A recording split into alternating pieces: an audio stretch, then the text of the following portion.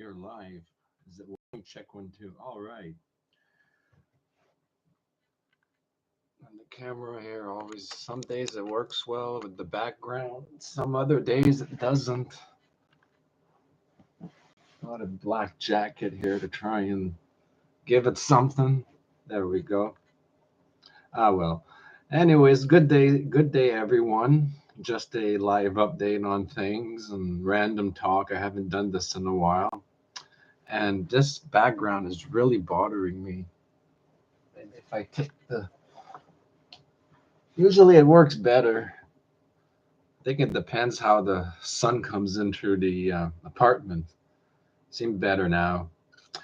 Alrighty, so yeah, I've been a little bit bummed out these days with building the power cells. I'm not getting exactly the result I want with potential wise. I tried building much bigger cells and they just produce a little bit more current and hardly any extra voltage unless I do like a Zamboni pal, then I'm able to get a lot of volts from it.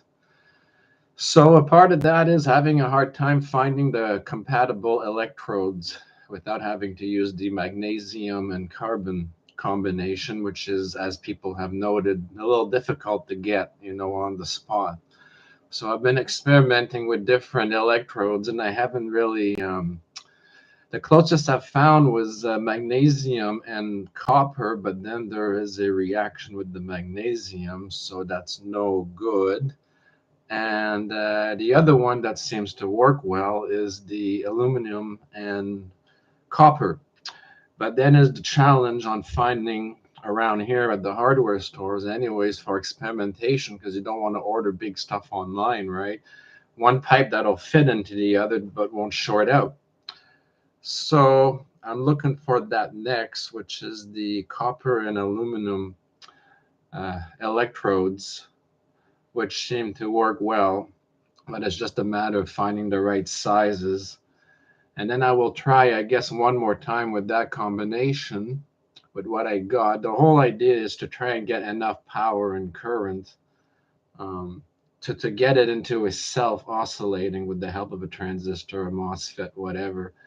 So I could send, a joule out through a capacitor, dump it into a transformer that isolates the joule and send it back to the front. Since they can re-gauge itself, whatever comes back is bonus. So you could really increase the efficiency. I'd set up like an additional rectifier on the loop where the displacement current would pulse like a charging battery, like a 12 volt or something. So half of it would charge a battery through displacement current, the other half would complete the loop. So there'd be like two rectifiers, one that sends a DC pulse back that's isolated through the transformer into the charging capacitor, and the displacement current triggers a pulse into a charging battery.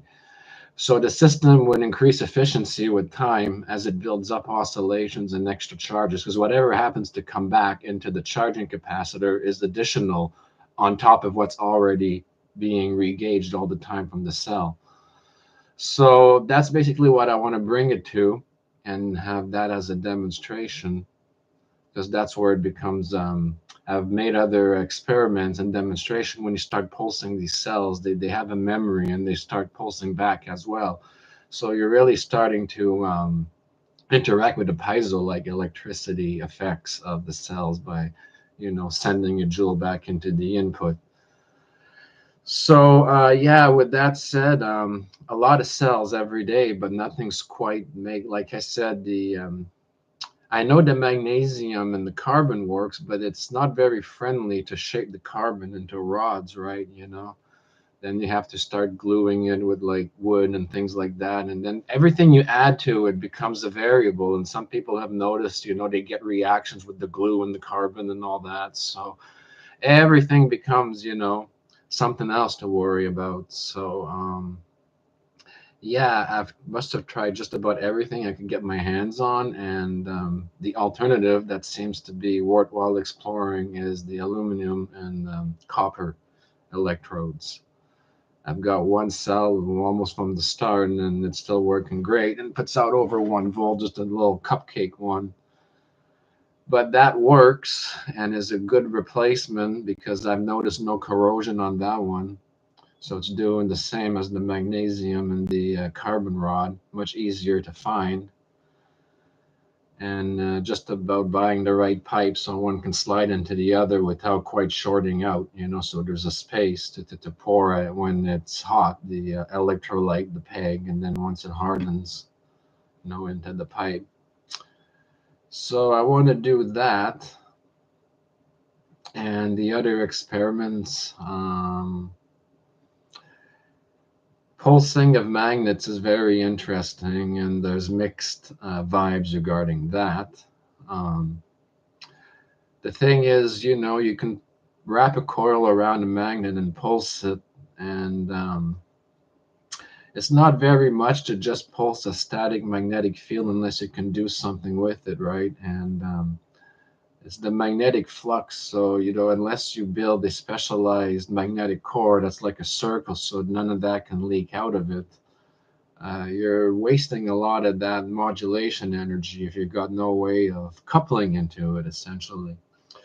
So more mechanisms are needed to really take full advantage of the anything you want to do regarding modulating a magnet. The obvious it will do is if you use a magnet as a core, you'll have increased coupling efficiency, so it'll be more efficient as a traditional transformer, I suppose. I noted that, and it helped me with one of my projects to show you what happens when you pulse the ground. It helps, it increases the coupling, so naturally you'll get a greater kickback with that. Pretty traditional at this point. What I did notice, and I know a lot of people may have noticed that, is one thing that you could do is when you do pulse a magnet, the modulation is noticeable if you put like I'm sure you've done this before, if you get a rod nearby, you could really feel it shaking quite a bit, right? So there's an effect there, but it's still not very useful to us if all it does is, shake a bar. But I was thinking, maybe if you were to make a cell like with the back to not the peg electrolyte, but the tartar, like more like the Bedini and the John Hutchison like crystal cell. You make your own piezoelectric crystal in the pipe. You make the cell essentially right next to the magnet, and the vibration. You see, when you use the vibration of the modulating field, that would trigger a very active a continuous piezoelectric, because it very. I thought of that, like if it vibrates a rod nearby the coil, if that rod were piezoelectric, there'd be a lot of action going on there. So maybe that is a way to simplify, doing something useful with modulating a magnetic field. If you could use it to trigger a piezo rod nearby, and that'll give you an output, obviously. So with that said, a lot of people want to go solid state on all these generators. I understand solid state is much better than moving parts, maintenance-wise and everything. But the moving parts, I think, is simpler to start if you have a shop for it, is more straightforward, like the Chromely converter, for example. I don't understand why no one's not making those, because it's relatively simple, especially on the consumer front, where all you have to do is turn it on and it works, right? Now, the thing with that is brushes wear out eventually. So if I were to build these things and I'd be all set up for it, I'd build a bunch of them, I'd sell them, and I'd offer a design where the brushes are hot swappable, and you manufacture the brushes and you sell the brushes as part of your business and make a few bucks off the brushes. Let's say they got to be changed every year or so. You do that. So at least you get something out there right away up to market that actually works, and people have support for it. They can buy your brushes and then take it from there, and then advance with the solid state stuff and experiment with the Don Smiths and whatnot. And if that works, well, then you have additional products, but at least you won't have to wait half a lifetime to develop, and you'll have people will develop an interest because you'll have something right away, right? So yeah, it's mechanical, but as far as consumer goes, you turn it on And you make the brushes hot swappable, you manufacture the brushes, and you got something ready to go that's relatively simple.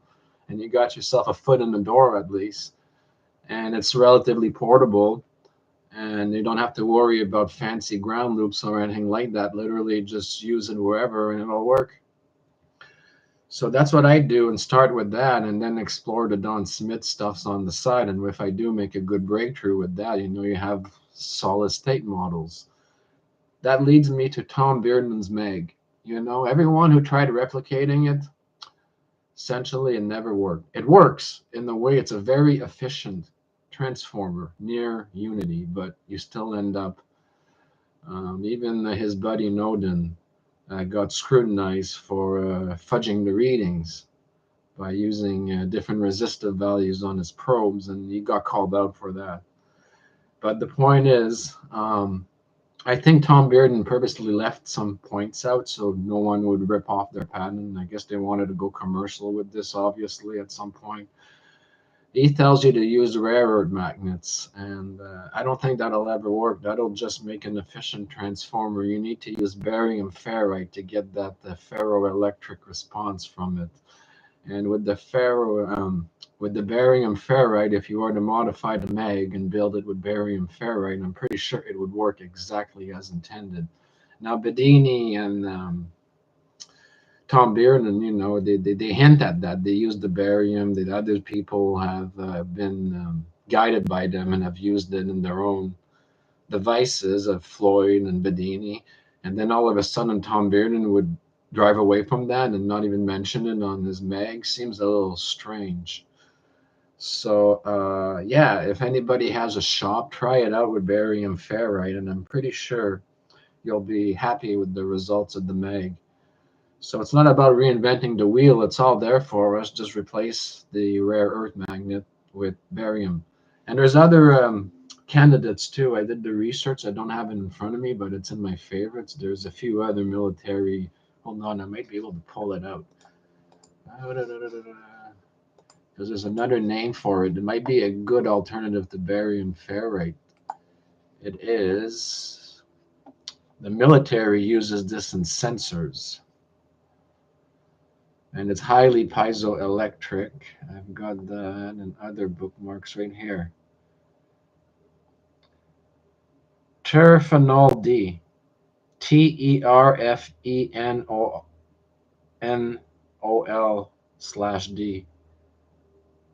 I don't know if I'm saying that right, but terphenol D. It's a very magnetostrictive material, one of the most, and quietly used in the military for all kinds of fun little devices and whatnot. So yeah, how are my cells doing? I actually addressed all that in the beginning of the video. I don't know. I don't really want to repeat myself here, but because a few were already watching. But yeah, one long story short, not happy with the progress. There's progress, but not progressing at the rate I want to, and the price is becoming quite expensive just for trying this, trying that.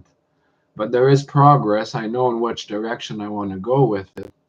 And yeah, I've explained that all. And if you want to watch the beginning for it's like 1 minute of it there. But yeah, I mean, apart from that, it's going well. It's just a matter of getting everything together. Essentially, I want to feed back the cell like John was doing. And if it can do that on its own, we're in business. So yeah, that's where I'm at.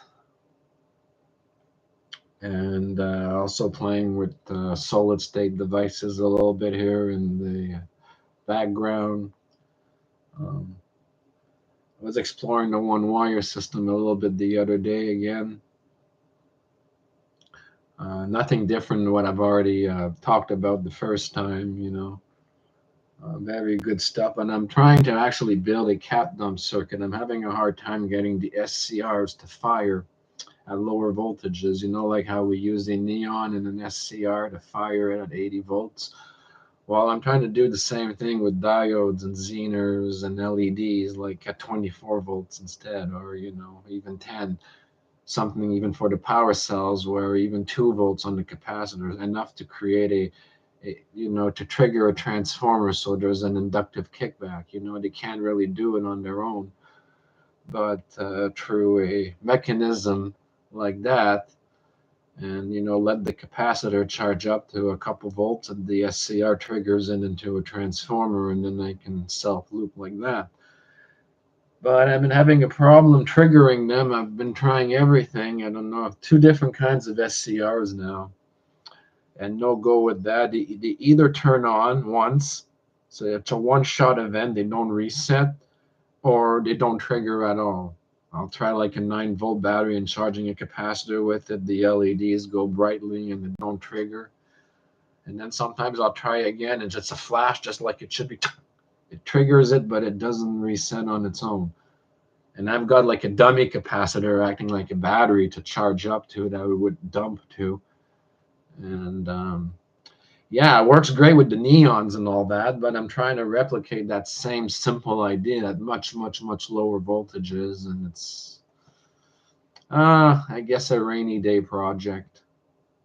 If this doesn't work, I think I'm just going to build an astable multi-vibrator with two capacitors, and send that out to the printers because I'm too shaky to build that. And that probably will do.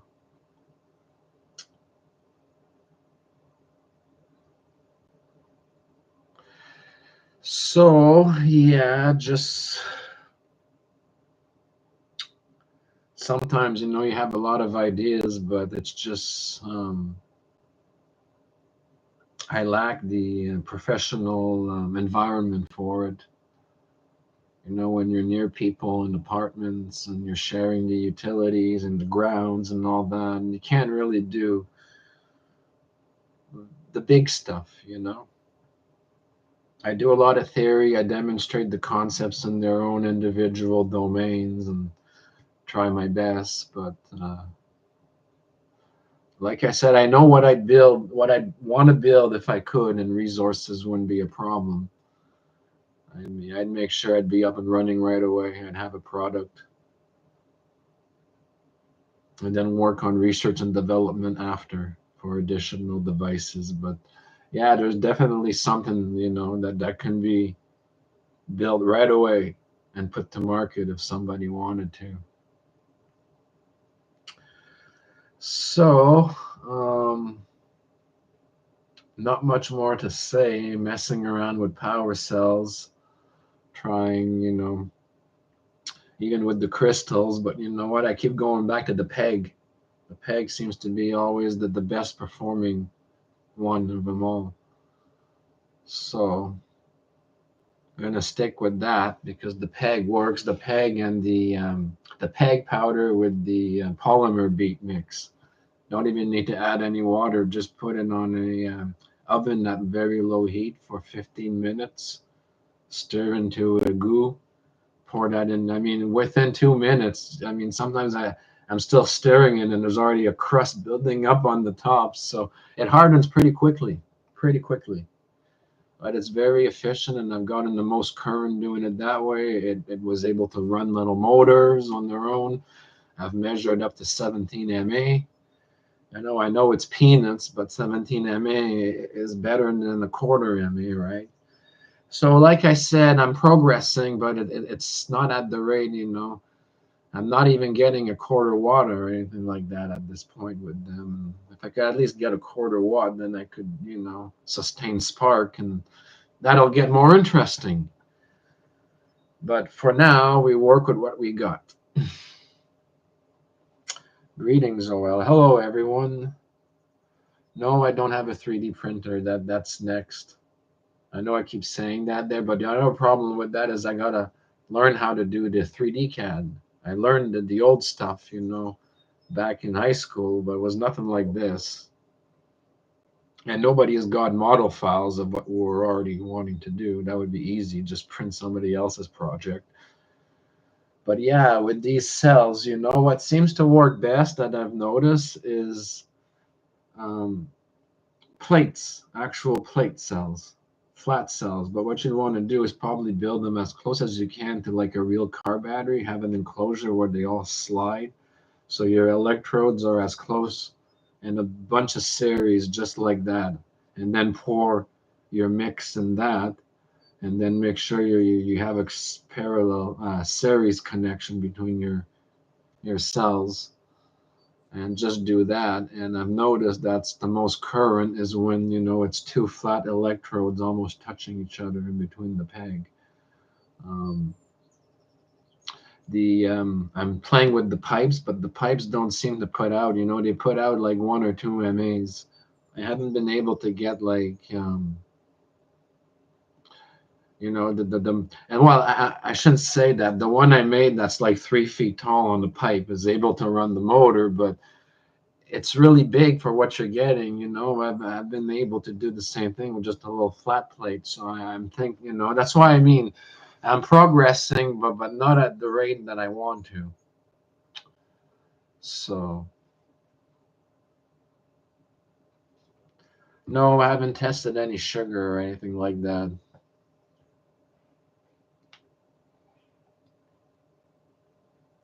But yeah, it's about 17 MA is the best I've got out of these so far. But it's progressing. Like I know what to do next. It's just basically it's a budget. I gotta wait a couple weeks to get more money, and then I'll buy an aluminum and copper pipes. That seems to be a very good combination from the primitive tests that I've done. I just gotta find the right sizing. And even the peg mix, folks, $25 a bottle, and I usually need 2 or 3 of those. It's quick, and when you need food money and everything, that's why it takes weeks. I know what I want to do, but this peg stuff is a little pricey. It's not like super pricey, but it's not super cheap either.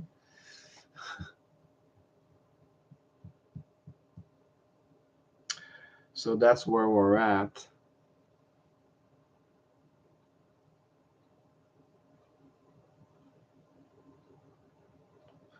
What I'm researching and passionate about, pretty well anything in the alternative sciences. I've got to focus here on the energy systems, but anything at all: teleportation, quantum mechanics, multi-dimensional quantum tunneling, teleportation, UFO technology, you name it. Um, but there are plenty of channels and resources with all of those topics already. So why try and compete with that? And it's not like I'd be helping the world. At least with this stuff here, you know, it helps out people who are in the field and inspiration and that sort of thing. And it gives the information open source. It's not just you know repeating the same old line about crop circles and everything. As interesting as that is, everybody's doing that.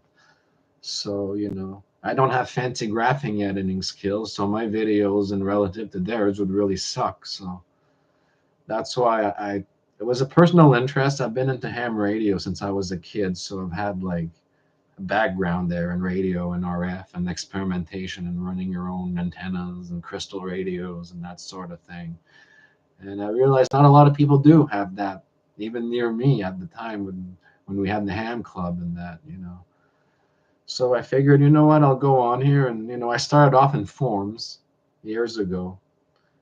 And then I started, uploading some of it on YouTube. And that's how it started off. I literally, I didn't even think I'd have like 100 subscribers. It was just a personal, here's a video of something I noticed, and I'd post that in a forum. It would get a lot of, I think it was all the scrutiny that actually brought the people my way, because everybody made fun of me right away. You don't know what you're talking about. Your measurements are wrong. You need to learn traditional electronics. Come back when you know what resistance is, and da da da da da. And meanwhile, all these rants are in the forums. Everybody can read them. And especially a big like the Over Unity forums. It's down now, but that was the big one by that Hartman fellow, and Yeah, I mean, you'd have thousands and thousands of views all bashing me, and you don't know what you're talking about. Da, da, da, da. But there'd be a link to my YouTube video that shows it, and then everybody, I guess, they figured if they're picking on him so much, he must be on to something, right? So all of a sudden, they were picking on me. Oh, have fun with your YouTube school, and da da da da da. And next thing you know, that there's 1,000 people following me and helping me out. And some discoveries of, I have to say, especially with the peg stuff, no one was doing that before me. And I put it all in the open right away. Nothing to hide here. This is all for research and development. And others are doing it. And if you search it on YouTube, you'll find others, and they're happy with it. So they have their own twist. They try their own. They try and modify it. What can I add to the peg to make it better? And better they do it. And I can't buy every possible. I don't have the resources, right? But that's the idea. You get people motivated, and then they have their own ideas, and and if they can put it out there, it's more information for everyone. So I encourage it actually to be open with all of this.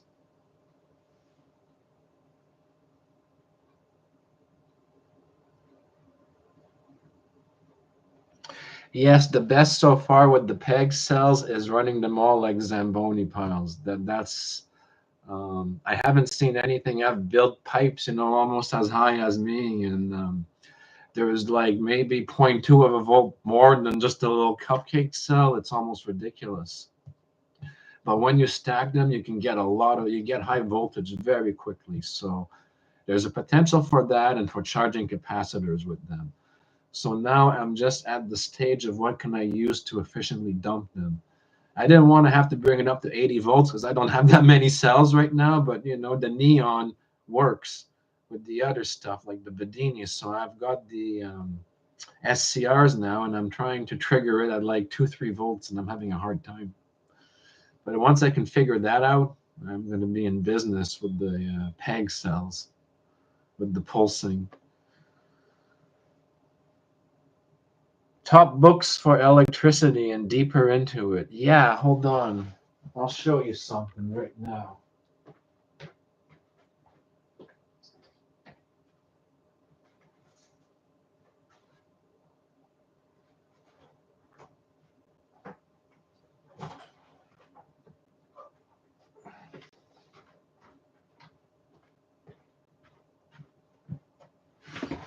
These things I know is funny because it's geared for kids, right? It's for the all you can, the background is messing with it there, but it's these electro gadget your own learning kits.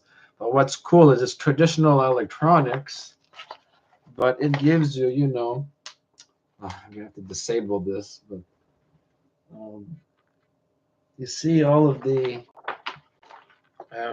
devices, oscillators, and in a beginner's form, right? So at least light dimmers and that sort of things, and it tells you.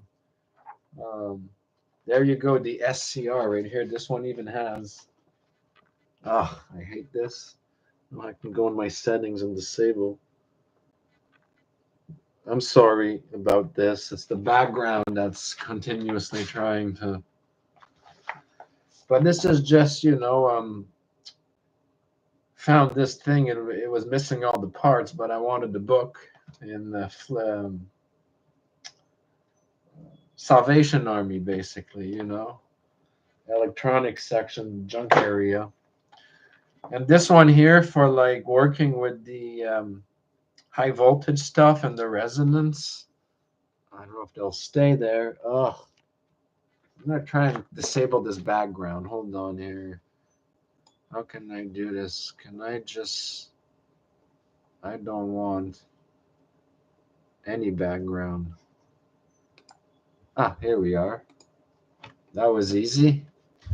Okay, so this is the book that I keep going to for ideas on resonance, and it's got everything about, any non-traditional and traditional circuits, any kind of oscillator you can think of, and how it works and why it works, and uh, tuning, resonance, low pass and high pass filters, um, the math to do the calculation, resonance circuits, diodes, antennas, impedance matching.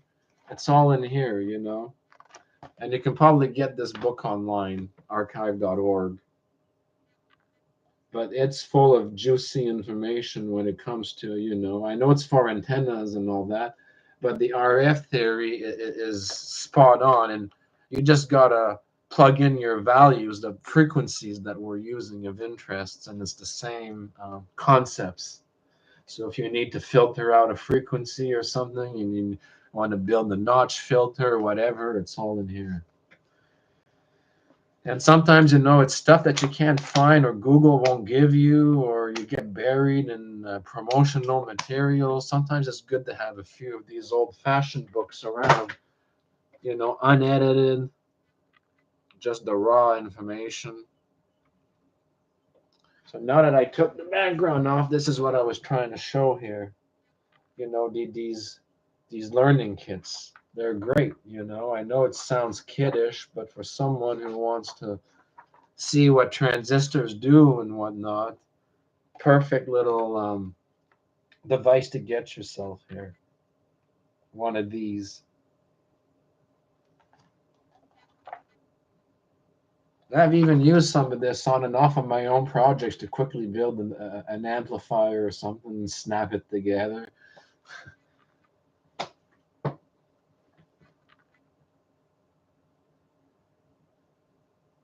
Over Unity form right now is redirected to a Telegram. Oh my God, he must have changed it. Because he had it archived for a while, read only, that you can see all the information. Huh.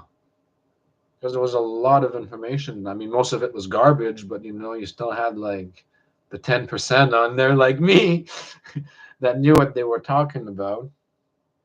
No, that's news to me that the over Unity form is redirecting. I thought I checked just a few weeks ago and it was still there as read only.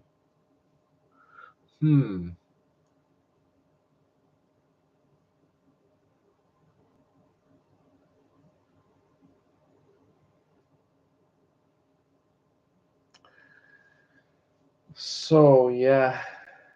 Um, and of course, if you're into the Tesla stuff, all the high voltage and electrostatic books, there's a few good, you just search for electrostatic high voltage books, and there's not a million of them. There's like 4 or 5, and there's a good information out there. And of course, if you're into the Bedini stuff, Bedini's got a few. Some of his circuits are wrong, unfortunately, but the concepts are all right on. If you want to get the whole idea of it there, he made a pretty good startup guide. I think that's what it's called, the Bedini Handbook or something. Where did you get that testing? Something's in the. I've got a heart in the way. I can't see what the message is. Where did you get that testing with a little motor? Oh, testing box. Yeah, that came with. Yeah, I had this kit for hydrogen fuel cells, and it came with the kit for the measuring the output and the load of your fuel cells. So typically, all those long wires you see there that I've got taped, that's usually because it was supposed to go to the fuel cell stack. But I've just been using it for whatever. But yeah, it comes out of that kit, hydrogen fuel cell kit.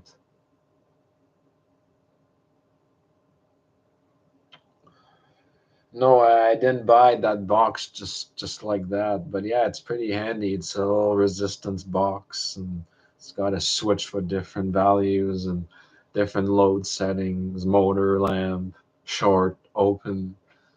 It's got a current meter and a little, I think it goes up to like 20 volts, voltmeter, all internally connected in the box. So pretty handy for the low power stuff anyways. Yep. So another month is near.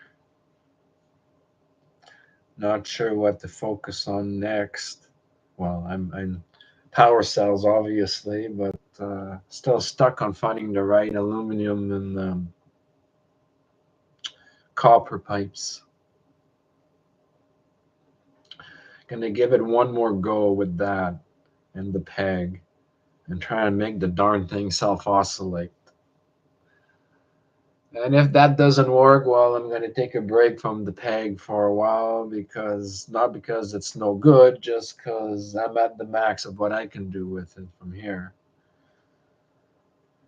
But there's one more thing I want to try, and is that if I can just get it to self oscillate, I'll be in business. Because I mean, there's one here. It's it's funny because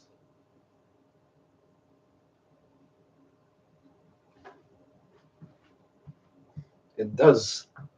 All it does is, if I can point it right, it runs the LED, but you can't see it right because I'm right by the window here, but it's running pretty brightly. And this has been running, for 3 months, but it won't do anything but run an LED when I put on the meter, 8, 9 volts, but, not even a milliamp. But it charges capacitors pretty good. And I just got to figure out how to dump the capacitor at like 4 volts or something. Then it would work.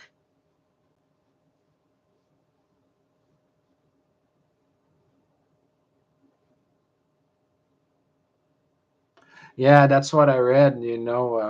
He was having problems. He got a stroke or something, and yeah, and couldn't deal with it no more.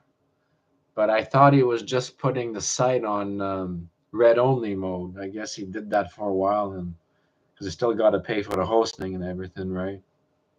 So,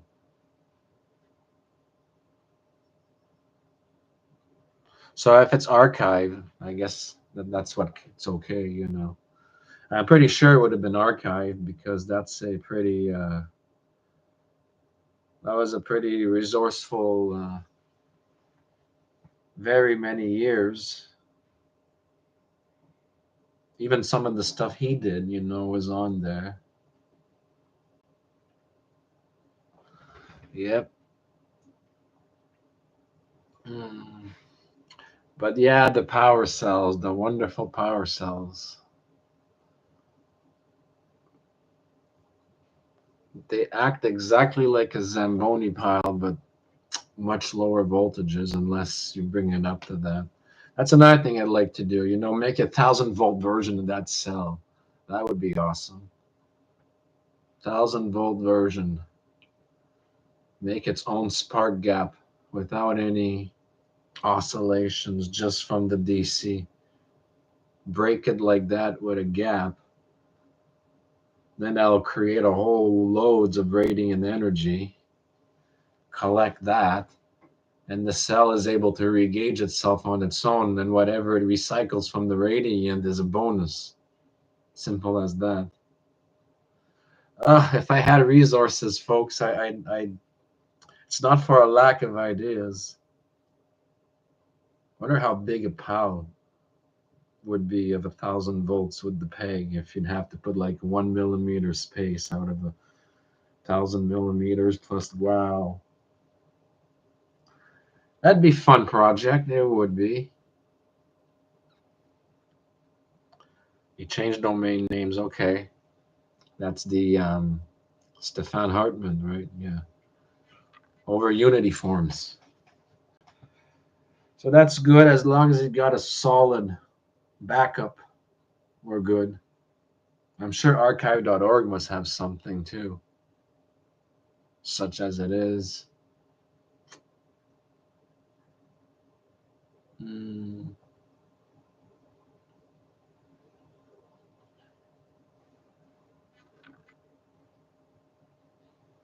it's really noisy.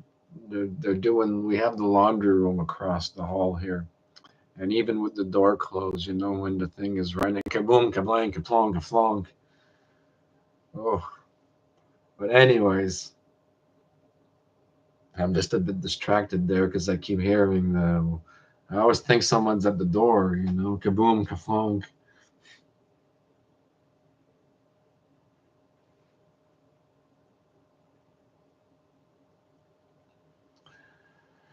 So I've got all this chart here on my wall for anyone who. I don't think I can even get the camera here, but it's for the mega electron volts for finding the dissimilar metals and their electrostatic potentials. The minus and the plus for the potential difference. I've got that all on a chart actually taped on my wall here. Ah, you can see part of it up there. That's what that is. Even got graphene in there. I've got all the values. Gold, mercury is very interesting. But I'm too chicken to mess with mercury. Hmm.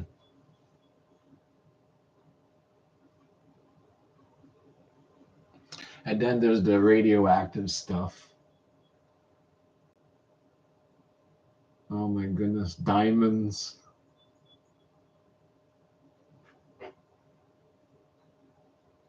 Hmm. Gold, mercury. Stuff that I'm not going to have anytime soon. Lithium, titanium. That's a fortune. I was going to use some titanium electrodes. Oh boy. Didn't know anything about the price until I looked into it. So next.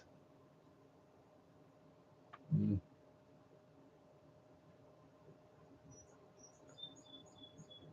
quartz are fun too, but there's so many variants.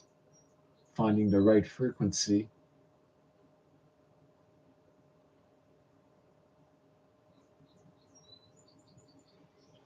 A lot of fun, anyways. A lot of fun.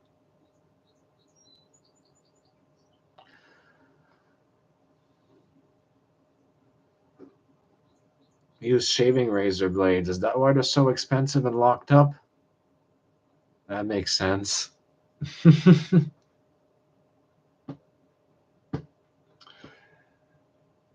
Yeah, titanium is very good because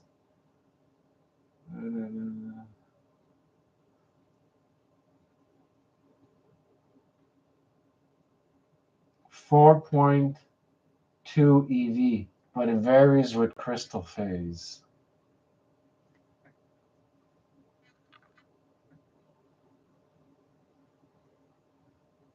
And platinum. Platinum is the best. 5.65 E volts. And um, magnesium would be a minus, which is over here, minus 2.36.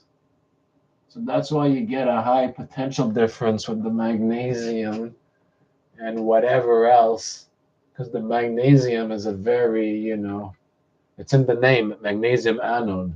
It's very negative. You want to find a combination of the most negative with the most positive, and that's where you get your electrostatic.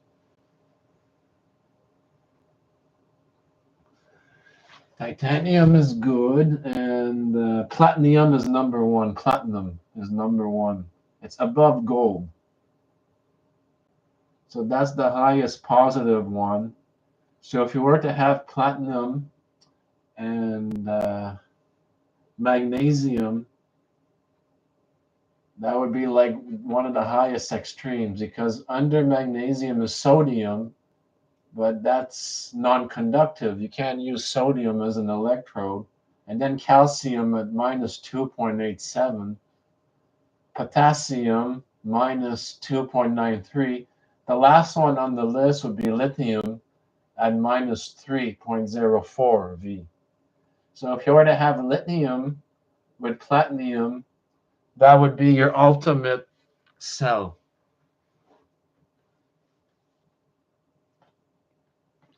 Because there's so much potential. There would be like, oh my God, let's see here. Minus 3 and plus 5. 5, 6, 7. Wow. One cell would get you almost 10 volts.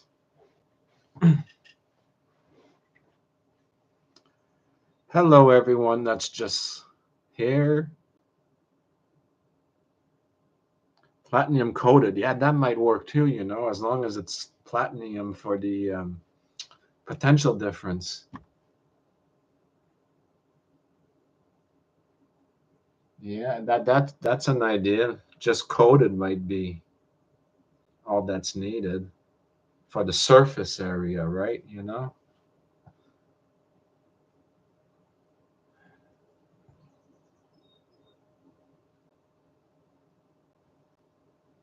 But yeah, that with essentially magnesium is a pretty good combination.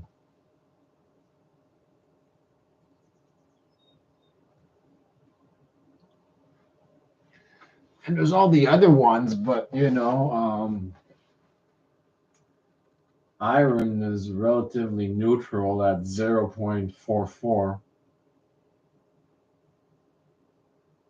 So unless you couple the iron with a super high plus or a super low negative, it's not the best for an electrode.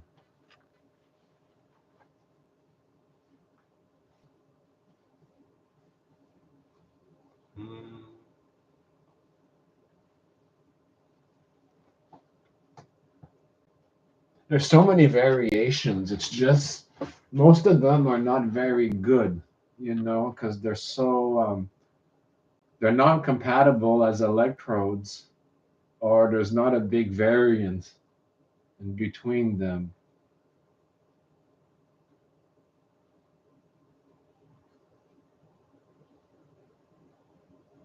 Gold plus 1.5.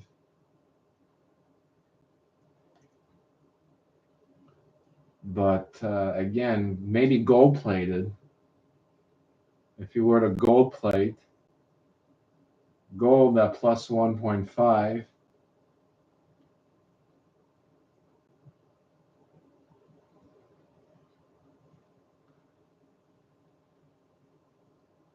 lithium minus 3.04.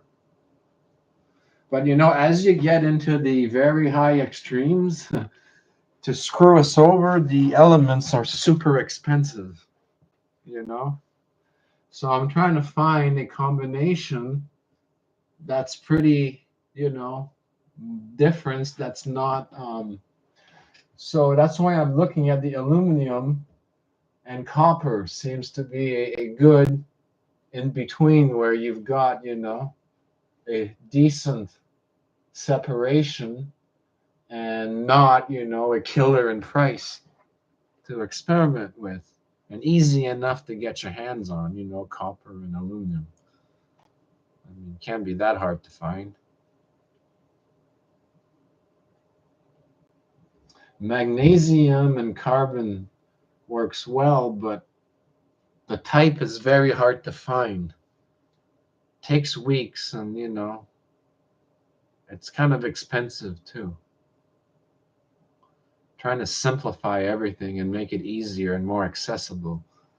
So that's why I did a cupcake with just an aluminum and copper. I got pretty good with that. So almost as good as the magnesium carbon. It was almost like not noticeable. So that's where I decided that's the next. I want to make a pipe with that and try it out.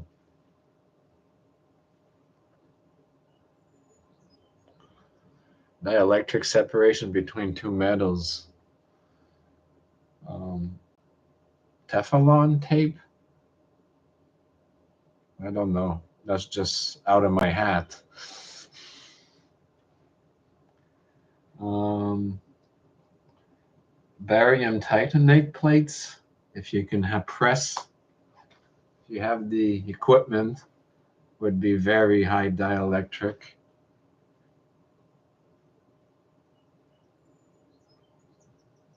Water. There's deionized.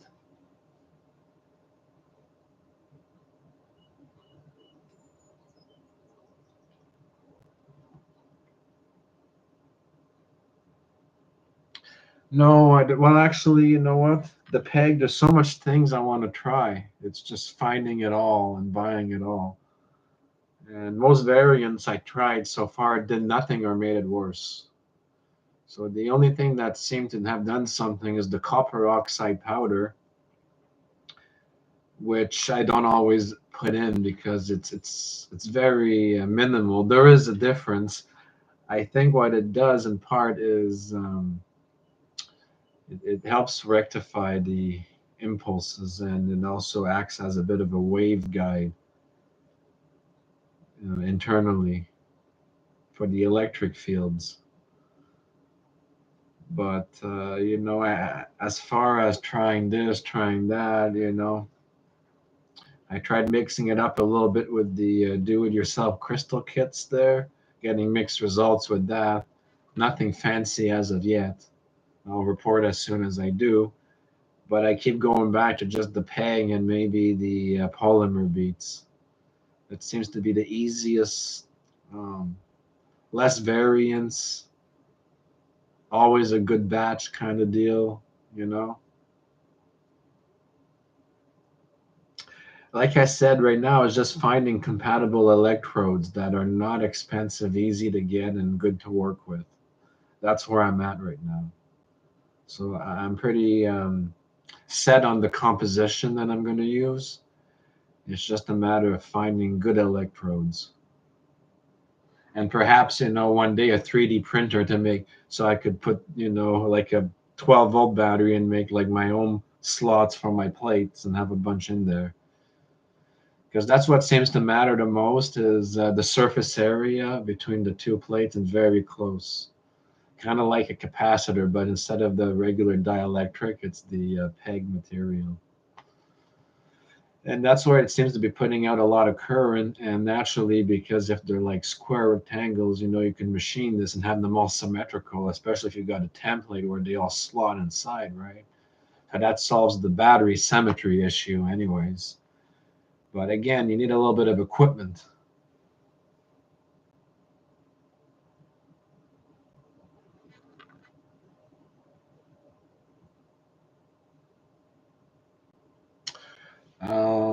Copper oxide, black copper oxide, and I'm talking about for the powder.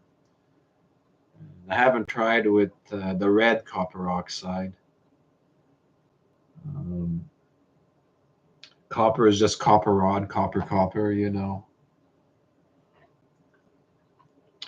The part number was copper, literally copper, on the rod I got at the hardware store. So I don't have any more details on that.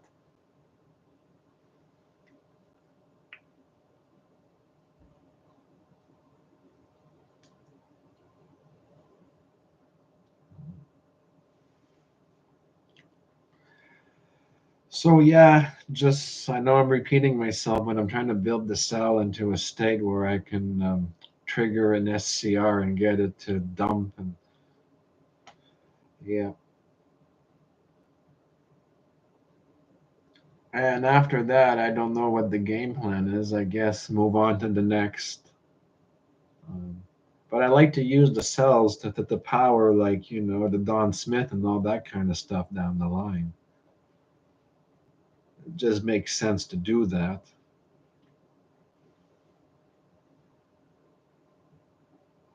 You've tried with the black copper oxide?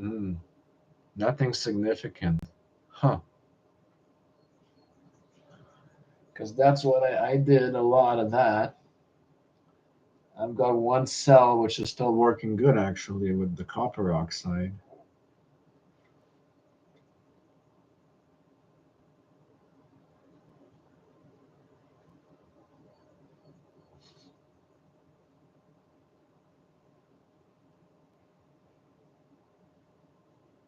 Dope the salt. Oh my goodness, you guys are getting all advanced on me there. Yeah, I don't want to get too carried away with building the cells because, sometimes my roommate doesn't understand, everything I'm doing. And it's like, what is this? A crystal meth lab in here now? Gets people saying the wrong things, right? Uh,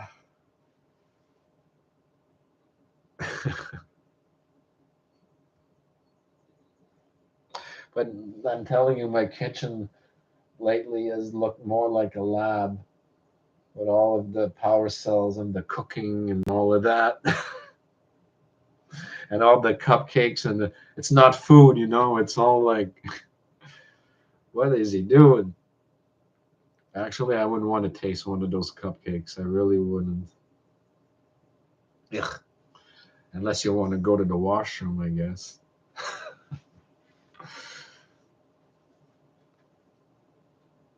Mm.